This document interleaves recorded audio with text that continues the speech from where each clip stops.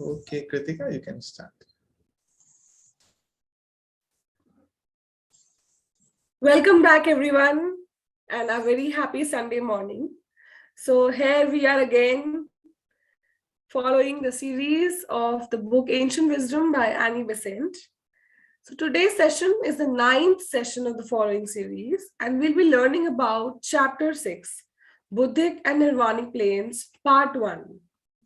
So, without wasting any time, let us sit in meditation.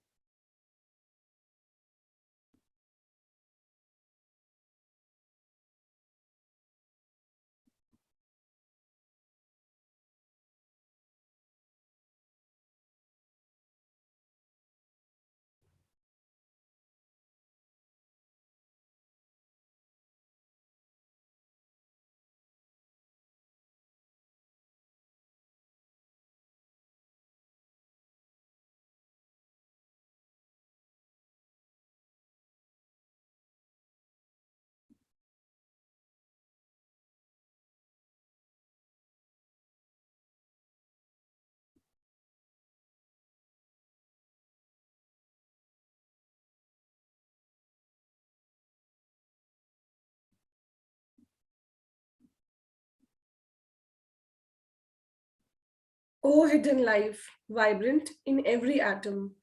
O hidden light, shining in every creature. O hidden love, embracing all in oneness. May each who feels himself as one with thee know he is also one with every other.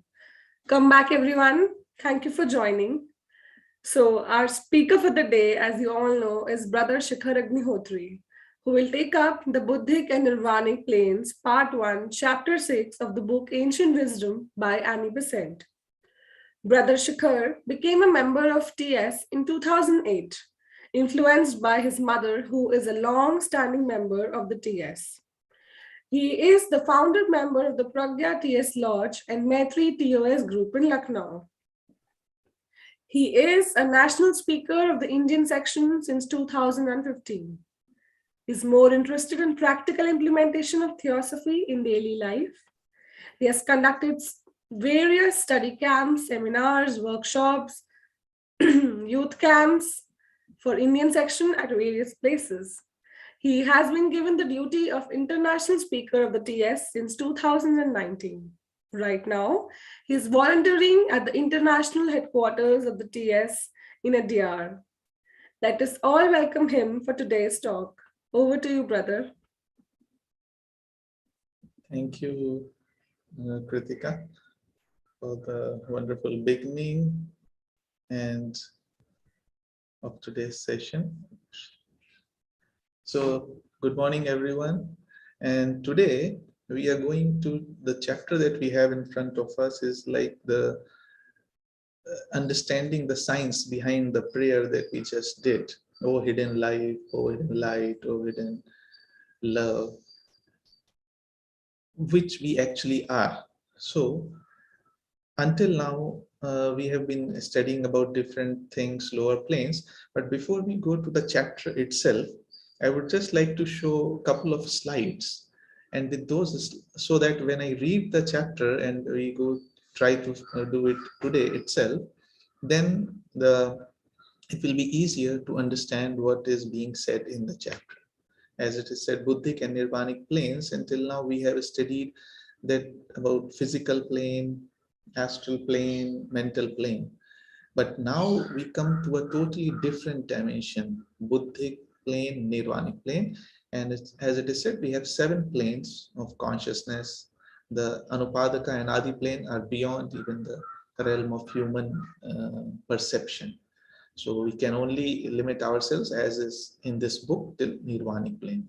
But often when we see the picture like this, we tend to get conditioned that a plane is one above the other. But in fact, it is quite different. It is the biggest, it's like spheres, the Adi plane, and then in that there is an Upadaka plane, and then there is Atmic plane, Buddhic plane, mental plane, astral plane, and then physical plane. So as you can see, they are like spheres. So it's not like one top of another, but actually they are 7 cosmical concentric interpenetrating spheres of different densities. And that is why they can remain in the same space. They can occupy the same space, just like water and air occupy the same space as the piece of sponge. And that is why it is not only up or below, it's all around us. That is why it is said that in Him we have our being, in Him we live and move. So because there is no way, no other space other than this. But the only thing in difference what we are now going to approach is, till now we have studied about physical, astral and mental planes. Physical, astral, and mental planes are very individualistic or separate. Like we each can feel ourselves separate, and that's why if you see uh, the physical world in the center, there is astral world, and then there is mental world with concrete and abstract separation, as we have studied till now. As you can see in the image right now. So what happens beyond mental plane is something like this. You may be wondering, what is this? That there are 3 small circles and then there are 4 big circles. They are the outside spheres are Adi, Anupadak, Atmic, and Buddhic, because they are uh, the universal consciousness and they are not individualistic, but of course limited to a one solar system. But these small 3 circles, so many of them, are the physical, astral, and mental of different globes. Like you see in the next picture, that although each physical sphere, Earth, Mars, Jupiter, or other planets, they have their physical, they have their astral, and they have their mental, separate. But the moment we go to Buddhic plane, as you can see, everything is one. And then, of course, even Atmic, it's even much closer, not even a sense of two. And then beyond that is monadic and divine. This is very important to understand, that the separateness, approach of separateness, sense of separateness is only up till the mental plane or the mental body, we can say in our particular case. Beyond that, it is universal consciousness. And that is why Buddhic and Nirvanic planes are so important. And as you can see in the slide, that it is the plane and the consciousness related to it, divine consciousness on Adi and Anupadaka. Nirvanic is the Sat or non-duality. Buddhic is unity with bliss or Anand. And the Mansik Arup, the higher mental, is Chitta, what we call the name of the God or Brahman, Sat Chit Anand, in the abstract form of Brahma, Vishnu, Mahesh in the concrete form. And then the lower planes we have already studied about desire and prana and physical body. Also, this chapter covers about, now what we are going to talk about, the real human, the being. Until now, we have thought of a human being as a thinker, like who is in the causal body, which is called individuality, or there is a lower part, which is personality, who lives in lower mental body. But now, even that we are going beyond, and now we are going to study what really human is, which is God made man in his own image. And what is the image of God? Is the Trinity. And it is expressed in almost most of the religions in different one way or another. Shiva, Vishnu, Brahma, Father, Son, Holy Ghost. As you can see, the list is very long in different religions. So basically, just like there is a universal trinity of Brahma, Vishnu, Mahesh, in the same three aspects, I would not say we have, I would say we are. Because when we say we have, it means I am this body and I have a spirit. Actually, it's the reverse. I am the spirit and I have these bodies. This total 180 degrees change in thinking should come if we want to approach our real nature. And the real nature is in essence the same as God. And that nature is, just as we study, is Trinity, Brahma, Vishnu, Mahesh. So similarly, it's called Satchit Anand. And in us, that ray of that divine principle, or ray of Logos, or ray of Brahman, is called monad. And as you can see on the screen, that monad as a unit of consciousness remains on Anupadaka plane, unmanifest. But it has three aspects of will, wisdom, activity, which we just discussed at will Shiva, wisdom Vishnu, activity as Brahma.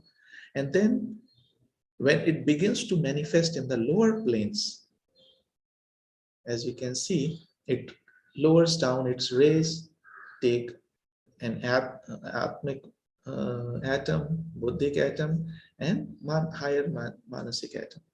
And this blue triangle now becomes a reflection of monad. From unmanifest, it becomes manifest. Sometimes in literature, you would read that even just the Atma is also called monad. And just to compare it with Hindi or Sanskrit term, monad is also called Jivatma. Although we know that Jivatma is individuality, but these are like generic terms. So we have to be very careful while using them, and when we are reading them, to take the meaning as per the reference and context. So sometimes Atma is called the Jiva or the monad. Then, since Atma is still unconditioned, one life, it cannot come into touch with any other thing. So the Buddhi, that is intuition, Buddhic plane atom is added or body, then it has a sense of being, Atma Buddhi. That is also called monad. And with two atoms. And then even this is still a universal consciousness. There is no sense of individuality. Then the manas aspect is added to it, as you can see on the screen. The three atoms connected with blue line, the blue triangle. So that is called our individuality. So now Atma, Buddhi, Manas. These are the three aspects of our monad in the manifestation on which we work. So that's how the monad is that works. And later on in the end of the chapter, Annie Besant discusses about the human constitution. Till now we have, as you can see on the screen, Adi Anupadak Lok are beyond human conception. Our present evolution cycle is for us is expected to perfect ourselves till Atmic level or Nirvanic level. And from Atmic plane to physical plane, to interact on each of the planes, we have the vehicle on each of the plane, so that we can interact with each other. And as we gradually become more and more denser, concrete, we tend to develop a more sense of separateness. That's why solid is more separate or rigid than liquid. Liquid is more solid or rigid than gas. So imagine, from subtle to coarser, when we tend to separate. And that sense of separateness becomes so deep rooted in our psyche that we tend to consider ourselves separate. And then this whole evolutionary process or pilgrimage is needed for us to realize our true nature. And these are the 7 bodies that we study, or principles: Atma, Buddhic body, causal body, lower mental body, desire body, vital body, or etheric double, pranic body, or and gross physical body. The same thing is shared in Vedanta. In Vedanta, they don't consider Atma as a body, of course, or not even as a human principle, because Atma is universal principle. So they only have 5 koshas or sheets. Buddhic is Anandamaya. Why Anandamaya? Because sense of unity. The only source of bliss in this manifestation is sense of unity. The more I tend to separate myself from others, the more selfish I become, the more suffering I am accumulating. The more I am trying to empathize with others, the more I'm trying to be one with others, all manifestation, the more and more ananda will come in the life. Causal body is called Vijnanamaya Kosh because it's about intellect. Then mental and lower mental and astral body, the Vedanta combines as Manomaya Kosh, that is Tam Manas, desire and mind, lower mind, because they work in tandem. We cannot actually are not able to separate at what point it is a desire and what point it is a thought. So that's why they have combined it. And then physical body has 2 parts, dense and etheric, which are called Annamaya Kosha and Pranamaya Kosha. Annamaya Kosha is our physical body, the lower 4 subdivisions of the physical plane, and Pranamaya Kosha is the lower 3 subdivisions of the physical plane, solid, liquid, gas, is the dense body, and the higher 4 subdivisions of physical plane, Pranamaya Kosha. And the same thing is also referred to in some by other names, what Annie Besant has given, that principles on the left, Atma, Buddhic, higher manas, lower manas, Kama, Linga Sharira, Sthula Sharira. Then Atma is a spirit, Buddhi is called a spiritual soul, higher manas is called human soul, and Kama is called animal soul. And then the forms, that is the bodies, bliss body, causal body, and all the other bodies. While reading this, we have to be very careful about some of the terminology about like Ling Sharira. Is earlier, Madam HPB used it both for sometimes astral body and for etheric double, but later on, it because it's something sometimes people get confused. So now currently when it is said Linga Sharira, it means the etheric double, not the astral body, which sometimes in some references you might read, or Linga Sharira of Hindu philosophy, because in Hindu philosophy maybe they name it as astral body. So all these things when we study become more and more clear. And here you can see in the first slide all the 7 bodies. The first, if you see the white physical body, and then oval etheric double, and the lower mental, higher mental, causal body, and Buddhic and Atmic is the star. So all the planes with all our constitution, and this is a diagram from Key to Theosophy that we often read about the principles of human consciousness. And I think this is about the aura. When we come to aura, I will show you maybe again. For now, I will stop sharing and I will come back to our text. And now I'm going to read the text and it will be since we have seen the images, so it will be easy for us that what we are now going to study is the innermost self. And what is this innermost self? As I just shared, it is the ray of the God himself or itself, and the evolution of it consists in gradual manifestation of these 3 aspects. So we have to make manifest our Brahma aspect, our Vishnu aspect, our Shiva aspect, And that's how we become perfect. And basically, it is like the universe repeating itself in miniature, the evolution process. And that is why a human being is called a microcosm, an image or reflection of God. And on the other hand, it is this, our inner fold deity or our inner Trinity, our true being, is the guarantee of our final victory. No matter how much negative direction we go, the source within will always pull us back on the right path, and ultimately uh, we will become an adept of the planes of the nature, of the natural laws. Like every saint was a sinner, and every sinner will be a saint. And how are these?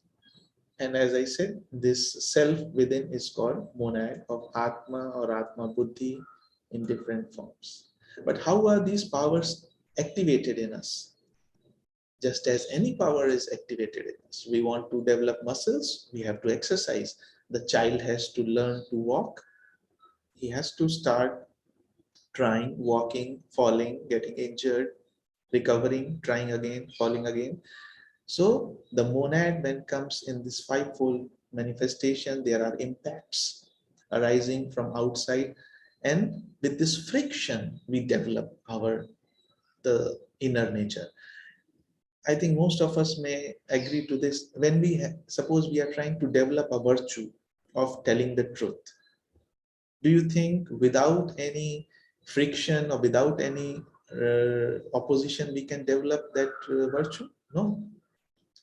I may think I always speak the truth, but until and unless some situation comes in which I have a lot at stake if I speak the truth, would I still be willing to speak the truth?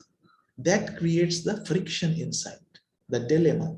And that dilemma, when thought over, contemplated upon, makes the mind at peace and clear, and then the Buddhic nature, Atmic nature shines and throws the light and helps us in deciding. And then there is a point when telling the truth becomes our nature. We don't have to even think about it.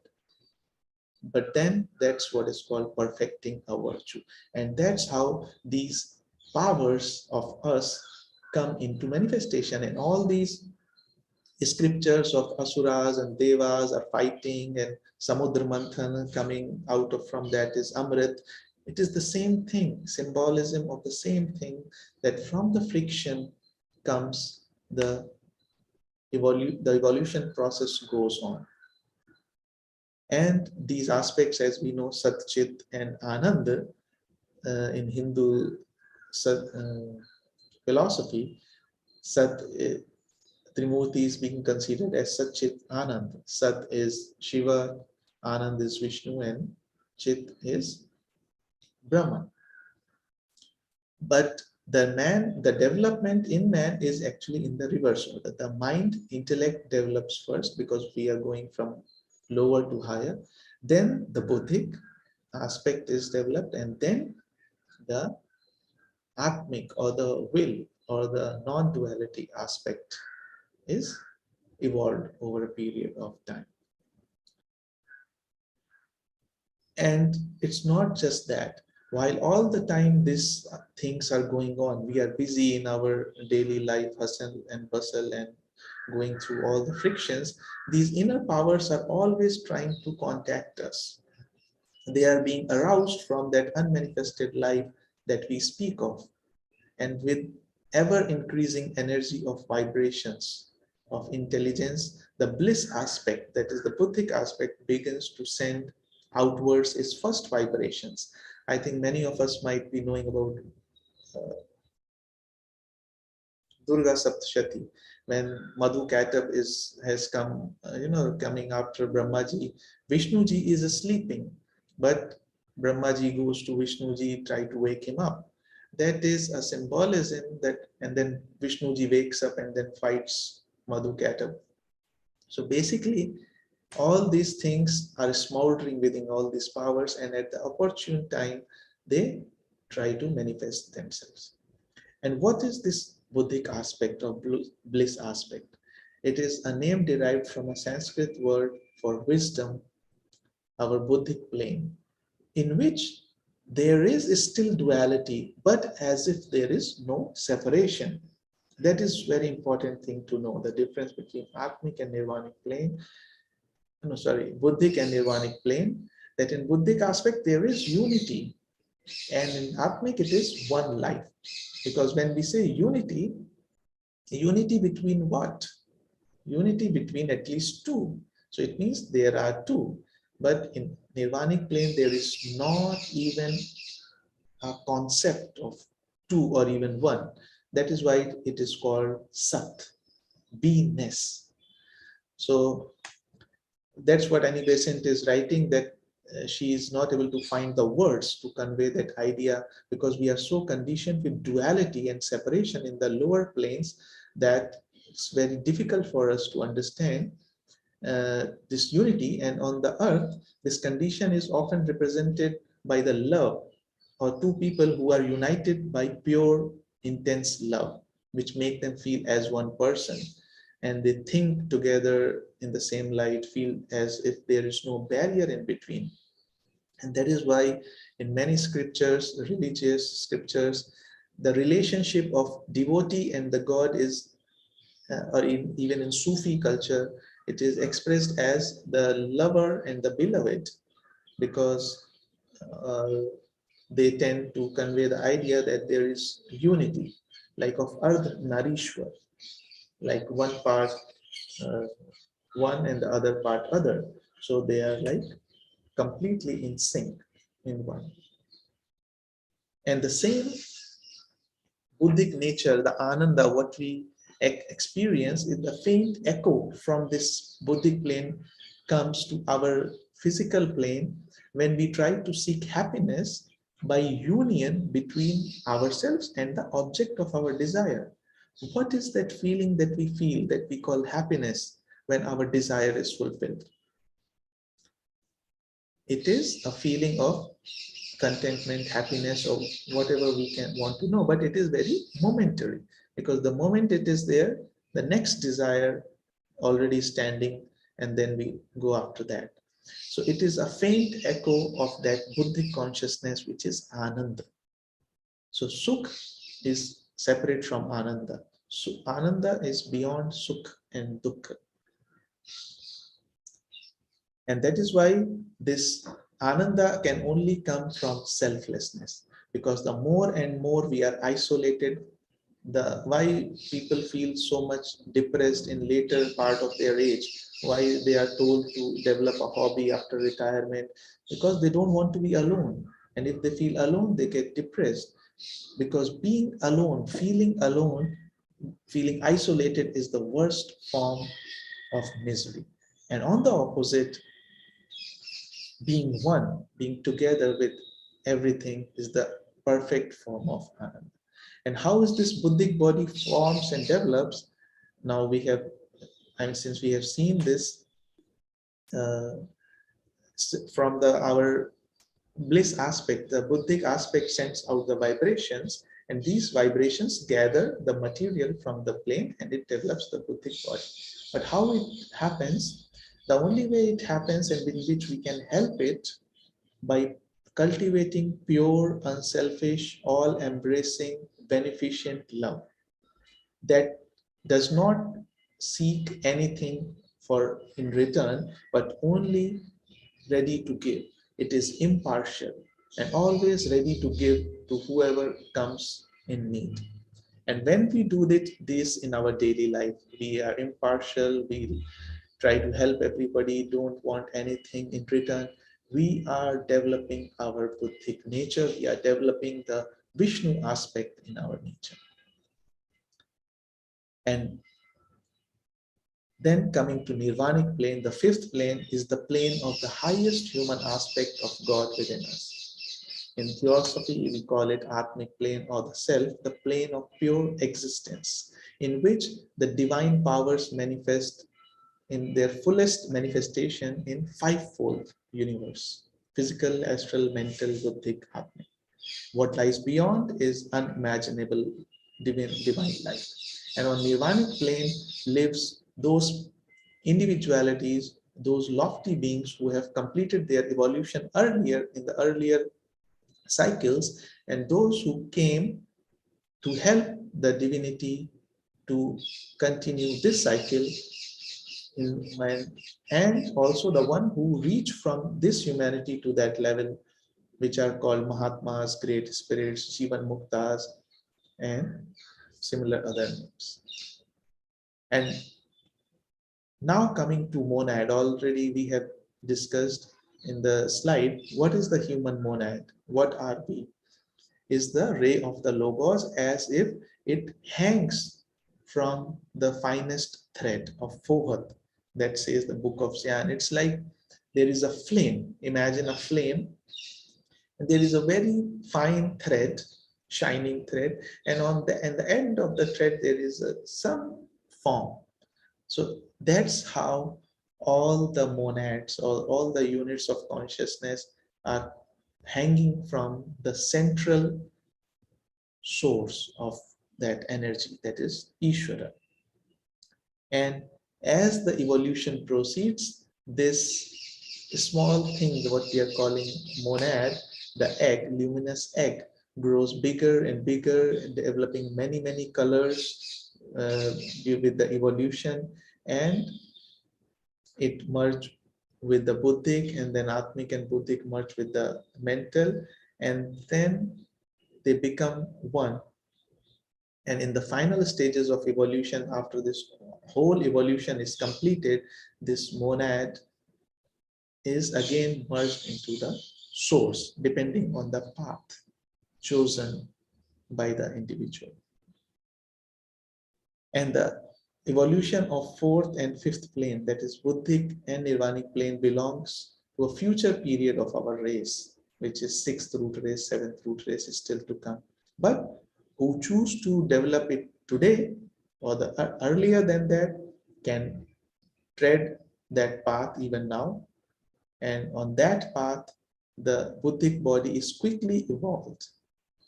And that is why if you see, it is so important that the first object of the Theosophical Society is also, and the only object of the Theosophical Society in which any new member is asked to at least have a sympathy, if not an understanding or a belief, is the universal brotherhood of humanity.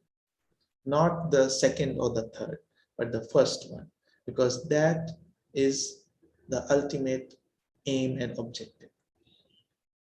And the ultimate aim and objective is selflessness, which in the Western mind, from the Western mind, if we think, sounds annihilation, that all my accumulation, all my wealth, my body, my emotions, my desires, my success, everything is being lost. So basically I am annihilated, but actually it's not annihilation, it is perfect union and perfect bliss. That instead of carrying a torch or a lamp, now we are in the presence of the sun itself. So yes, the usefulness of the torch or a lamp is no more. It was useful when it was being used and when we were under evolution process. But when we reached a certain stage, when we have the sun, then of course in comparison to sun, all else seems, all other sources of light seems very small. Because it is in nirvana that all those mighty beings who have accomplished their evolution in the past universes live. And now in the second part of this chapter, Annie Besant talks about the Buddhic body, about the principles, and also about the intellect. That intellect is a separative principle in us. And presently, if you see all around, we are in that evolution stage that our intellect is being developed. Earlier, it was our bhav aspect, that is desire, emotional aspect, when people would just believe something. Even that's why we call it a generation gap, generation after generation, that today's youth, they do not believe, they question. Why? Because now the great process of developing the intellect is going on. But intellect is like a dual-sided sword, and it helps to get beyond the superstitions and blind beliefs, but also it develops a sense of separateness in us. So even the desire nature is only spontaneously separated. Like in, let's say, animals, they may fight over a bread, or let's say even children, they may fight over a toy momentarily, but after some time, immediately, they will become friends. But a grown up will carry that fight, the memory of that fight, that anger, that hatred for a long, long time, until, of course, he or she decides to forgive or to forget, in the sense to unburden that negative emotion. Then only that uh, we can say he will be free from that bondage. So intellectual principle, the mind, is a separative principle. And but once this same intellect is used by Chintan, Manan, Nididhyasana, study, meditation, and selfless service to develop our Buddhic nature, we tend to have a completely different view or realization that we are not separate. It is like if we see our hand, we may be standing on the tip of the fingers, thinking ourselves separate. But as we go deeper and deeper, we meet on a one common platform of our palm. And the once we come, what interesting thing is, once we come, and this is the illusion, the whole illusion. If we imagine a bulb who is spreading its light in all the directions uniformly, the moment we put a cover on it with millions of holes, what will happen? The same light that was like spread uniformly now will come out in the form of millions of rays. That is the illusion. There is no other illusion. And that is why when it is said in the scriptures that nothing is to be done, we just have to remove the veil in between. So that is when we travel towards the source, there comes a point when we go beyond this covering, the sheath, the veil of the mental body, and then we enter in that light, in which there is no difference between one ray and the second ray, because there are no more rays. It's all one. And then that is the feeling of brotherhood. And then from that center, after that, when we return down, because it's nature, if I want to work on a physical pain, I have to have physical body, but the memory of that realization of unity will still be there in my mind. And that will not let me forget that who am I.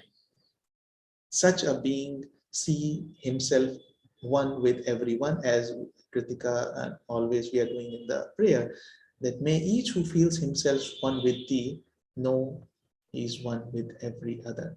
And the understanding comes also with that not all the rays may be at the same level. The only thing, all these jivatmas, all these units of consciousness may have different age. Some may be very old, who are now adepts. Some are very new, who are taking baby steps. And some are somewhere in between. So if somebody in our family is, let's say, a child, do we blame them? Do we hate them? Or do we get upset with them because of their unwise actions? No, we help them. We try to train them. We try to develop in them the understanding. Similarly, all these people that we see all around, including us, are at different level of evolution depending on our age. So there is no need for feeling angry or upset or hatred or any negative emotion Just as we don't blame a bud for not being a flower today. It will be maybe later in the day or tomorrow, because that's the process. So instead, all we should feel about, I know it is very difficult, and that is why it can only come when at some point of our existence, we have at least got a flash of this unity, that everything is one. Until then, we can keep studying, we can keep meditating, we can keep doing service. And okay, this we have covered. And also what Annie Besant says is, we should not forget that we have to develop or work on this brotherhood, or we can ignore this brotherhood. No, not at all. In fact, it exists. Just like the laws of nature exist, whether we want to follow them or we don't want to live by them. If we don't follow them, the nature will crush those who live not in accordance with them and break into pieces everything which is not in harmony with them. So therefore, no nation endure outrages that outrages brotherhood. No civilization can last that is built on tyranny or torture or fear.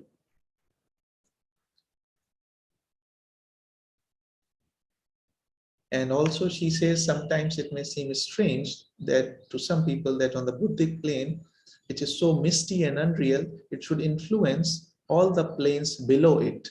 But again, while reading this, we have to remember the slides that we first saw. It is not below or above or not like that. It is here.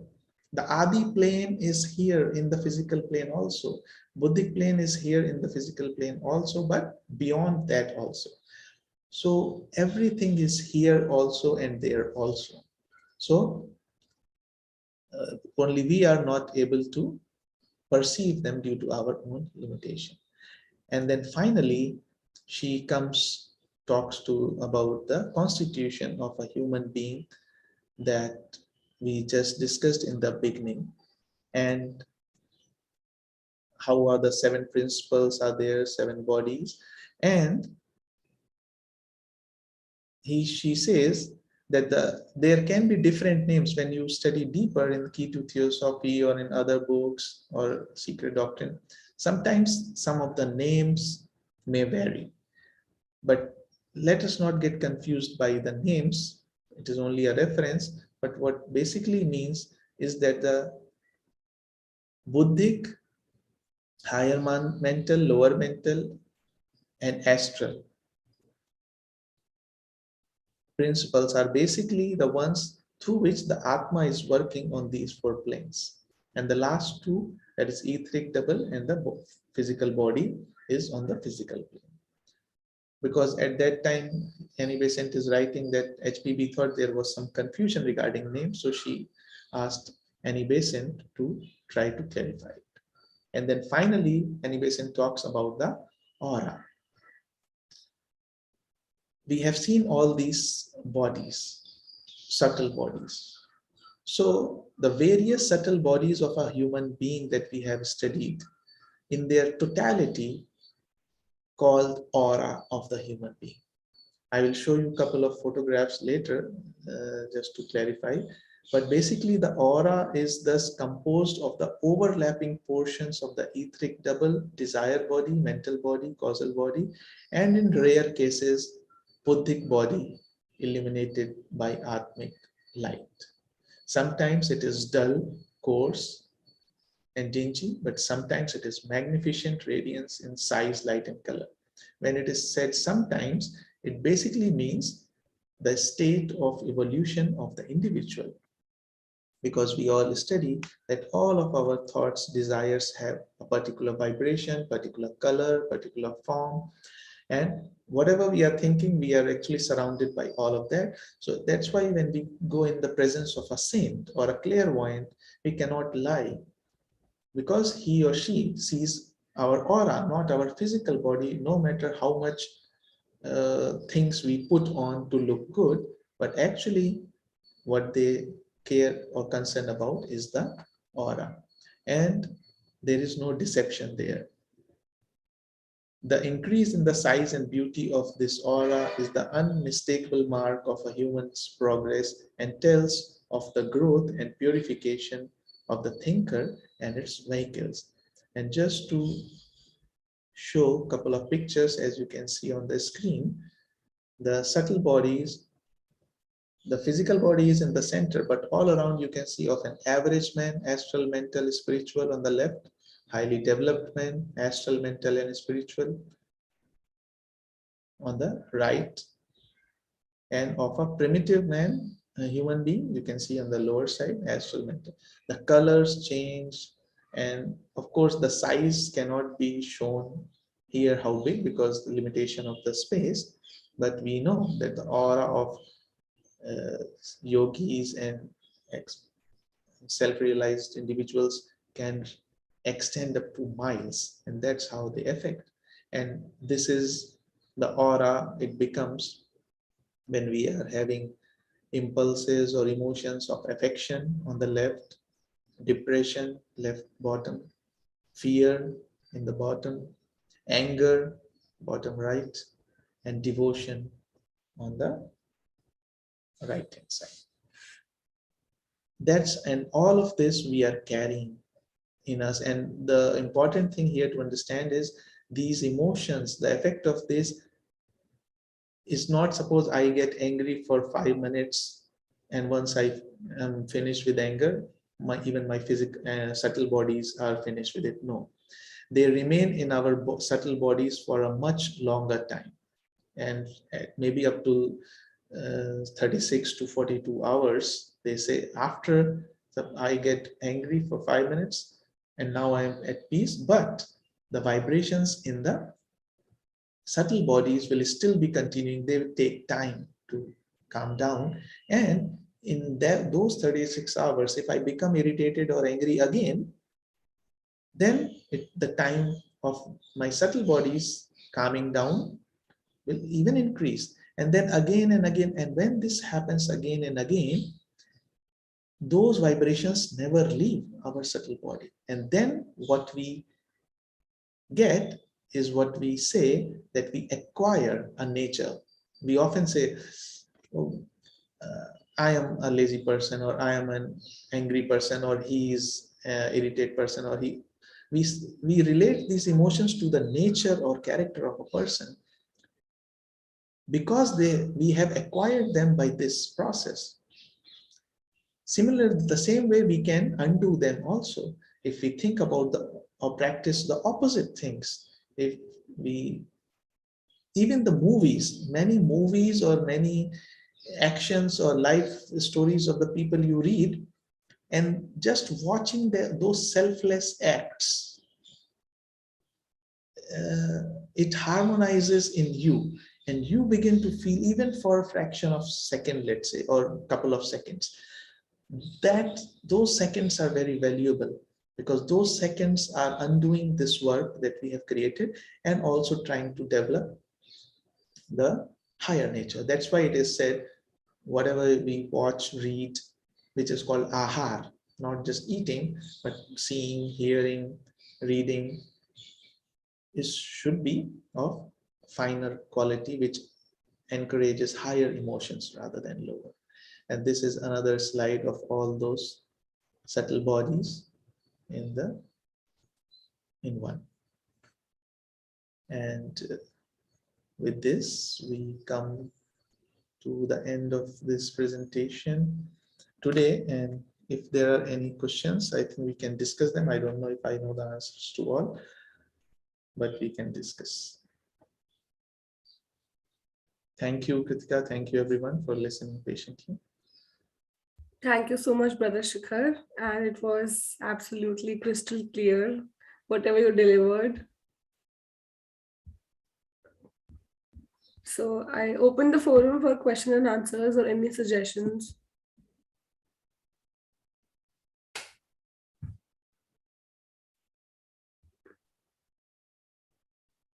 I think it's so clear that nobody has any question.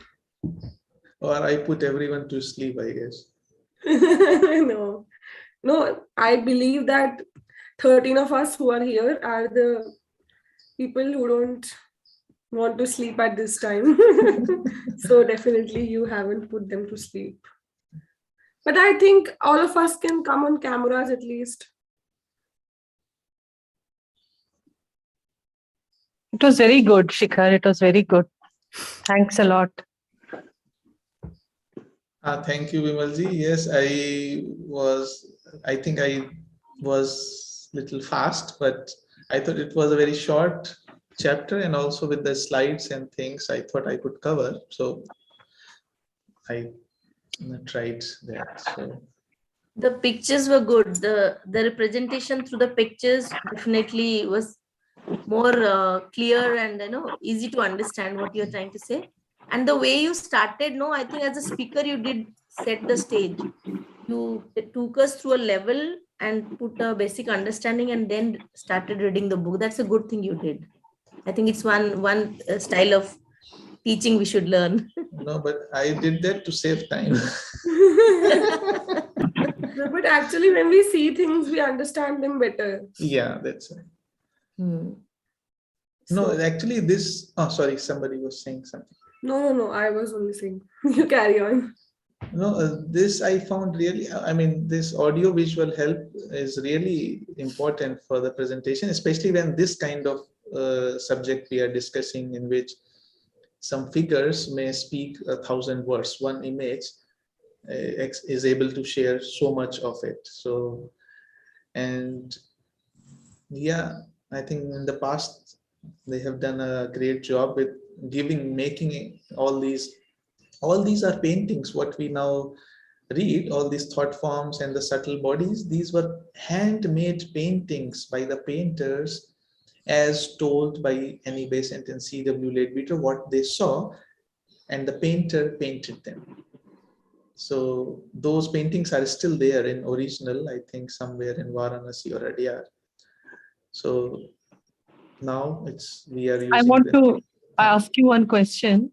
Yes. See, like, okay, this is like a personal issue, but like we have a family member who's in her 80s, but she is one of the most selfish, self-centered, mean-hearted, cruel type, very classist, treat rich people differently, poor differently, disabled differently, able differently.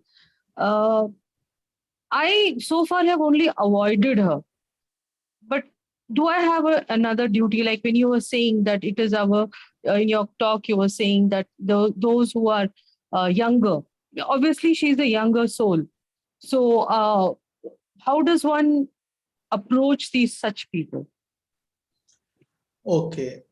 I think that's a very practical and daily life issue. And I think we all come across such people in our families, and maybe we are such people to some other peoples. But on a lighter note, but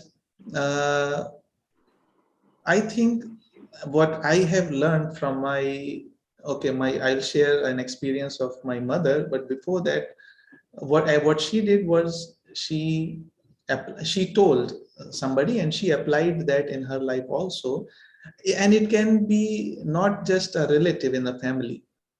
It can be our boss, whom we cannot shout at, or who cannot directly do that, or can be a neighbor, or anyone, I mean friend, or something like that.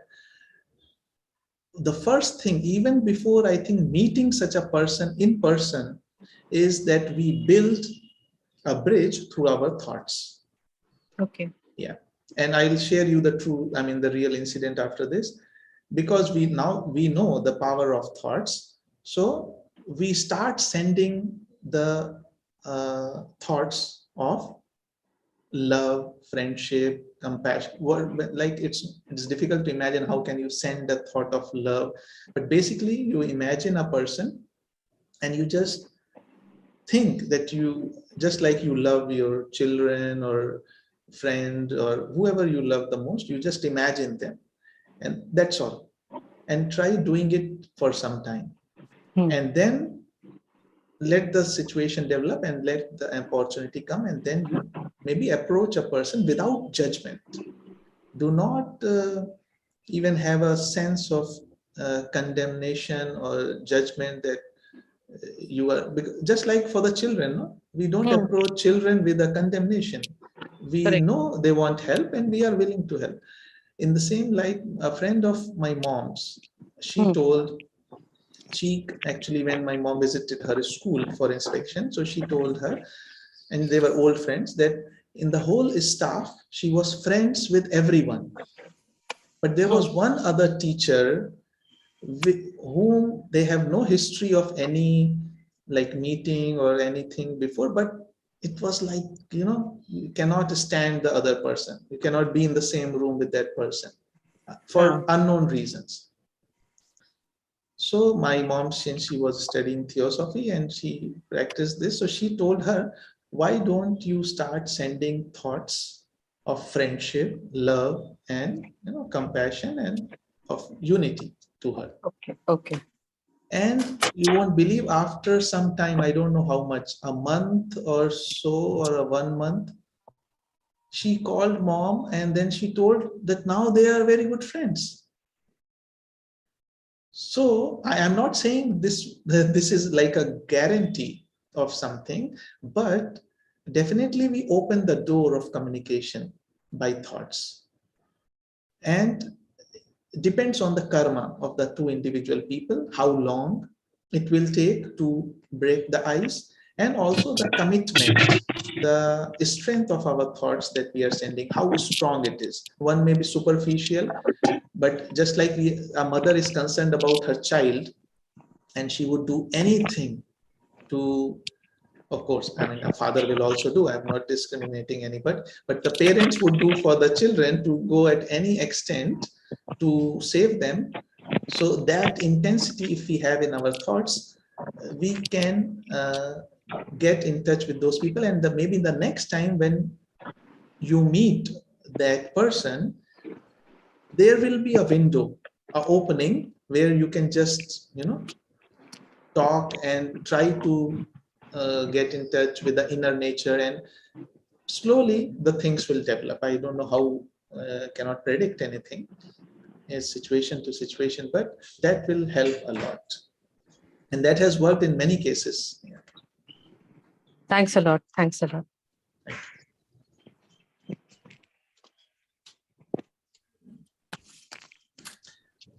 So if anybody drinks a lot, maybe alcohol, or have some bad habits, so in that case also we can do this. Yeah, there is a very important catch in that. See, there is a difference between helping and dominating somebody's will.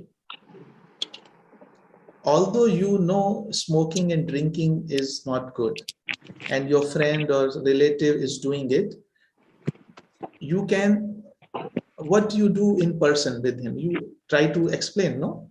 So same thing we have to do even in the thoughts. You like do a communication with that person. Try to explain to him or her the disadvantages, what will happen, and don't even in your thought tell him what to do, because then we are trying to superimpose our will on his or her own will, which is not the right hand path. Otherwise, the masters will just impose their will on us and all of us will be good. But that is not the right hand path. That is the left hand path. So even in the thoughts, we just try to follow, just like when we pray, the best prayer is to pray for anybody is to develop spiritually. If they spiritually evolve, then all the others will fall into place. But what we pray is, okay, may you get the job, may you get a promotion, may you get this, may you get that. We are actually trying to pray for the desires, and we know desires are endless and every desire brings its own suffering. So instead of that, we take the larger picture that what is really beneficial for the person is the spiritual evolvement. And that's why if you read in Practical Occultism book, the daily suggestions, in the first thing on waking up in the morning, what HPB says is to pray for the spiritual upliftment of everyone, not the material upliftment. because that is endless. But if the spiritual upliftment is there, we will have wisdom, we will have willpower, we will have selflessness, automatically everything will be good. So if you think somebody has a bad habit, try to have a mental conversation first, because when you talk something directly, the ego of the person gets hurt, and then they become defensive and they don't want to accept. So before even talking personally, try to talk mentally in meditation for 5 minutes. And the more clear image you can make of that person, the stronger will be the effect. That is the toughest part, I believe. Yeah, no, you can use a photograph, or if you know the person personally, you can imagine that's why it takes time. That's why our thought power lacks. Why does the power of thought of a saint or an adept is so strong? Because there it is so clear that it manifests immediately. That your healing meditation also, you That say healing meditation. expand. So Yeah. whenever I try, it's difficult to actually imagine that you are expanding. Yeah. And since you said expanding, this actually, okay, although the time is up, just was one last example, that when we expand, is going to Buddhic or Atmic, how does it brings unity? When we are in the city, we meet someone, what do we say? We are from so and so colony or someplace. When we are outside the city, we say we are from such and such city. So basically, we are uniting ourselves with the whole city. When we are in the other state, we say we are from so and so state. When we are in another country, we say we are from India. So basically, the bigger our scenario is, we are becoming more and more united at lower levels. So that's why the higher and higher we raise in consciousness, the unity automatically comes in. And energy follows thought. Our aura follows thought. The moment we think we are expanding, it really starts expanding. It depends with how much strength you are thinking. So that's all. Thank you. Wow. So it's already time. And yeah, just one announcement. Maybe this is last for 2021. So you can next maybe 9th January, or we'll share with the people. So we'll get to know in the group, right? Yeah. I hope more people will join from next year. Yes. Let's see. Okay. So if there is any other suggestion, please. Okay. I think it's time and we can close the meeting because it's Sunday and Shikhar sir is already packed up with a lot of things. No, 9 o'clock is, I think maybe my mom didn't join, because 9 o'clock she has her lecture and I have to organize that meeting. Oh, okay. So let's sit in meditation and absorb what all great things we have learned today.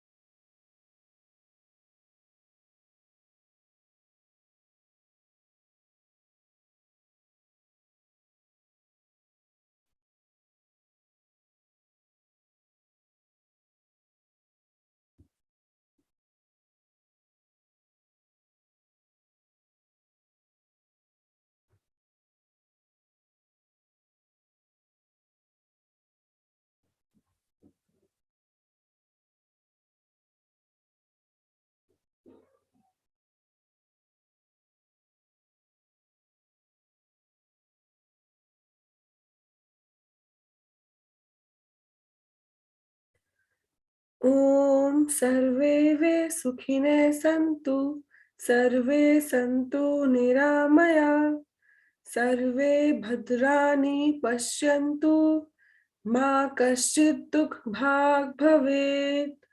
Om Shanti Shanti Shanti. Thank you so much, Brother Shikhar, for such a wonderful and enlightening session. And thank you so much, everyone, for joining. So let's meet. Okay, now I'll change my line. Let's meet next year.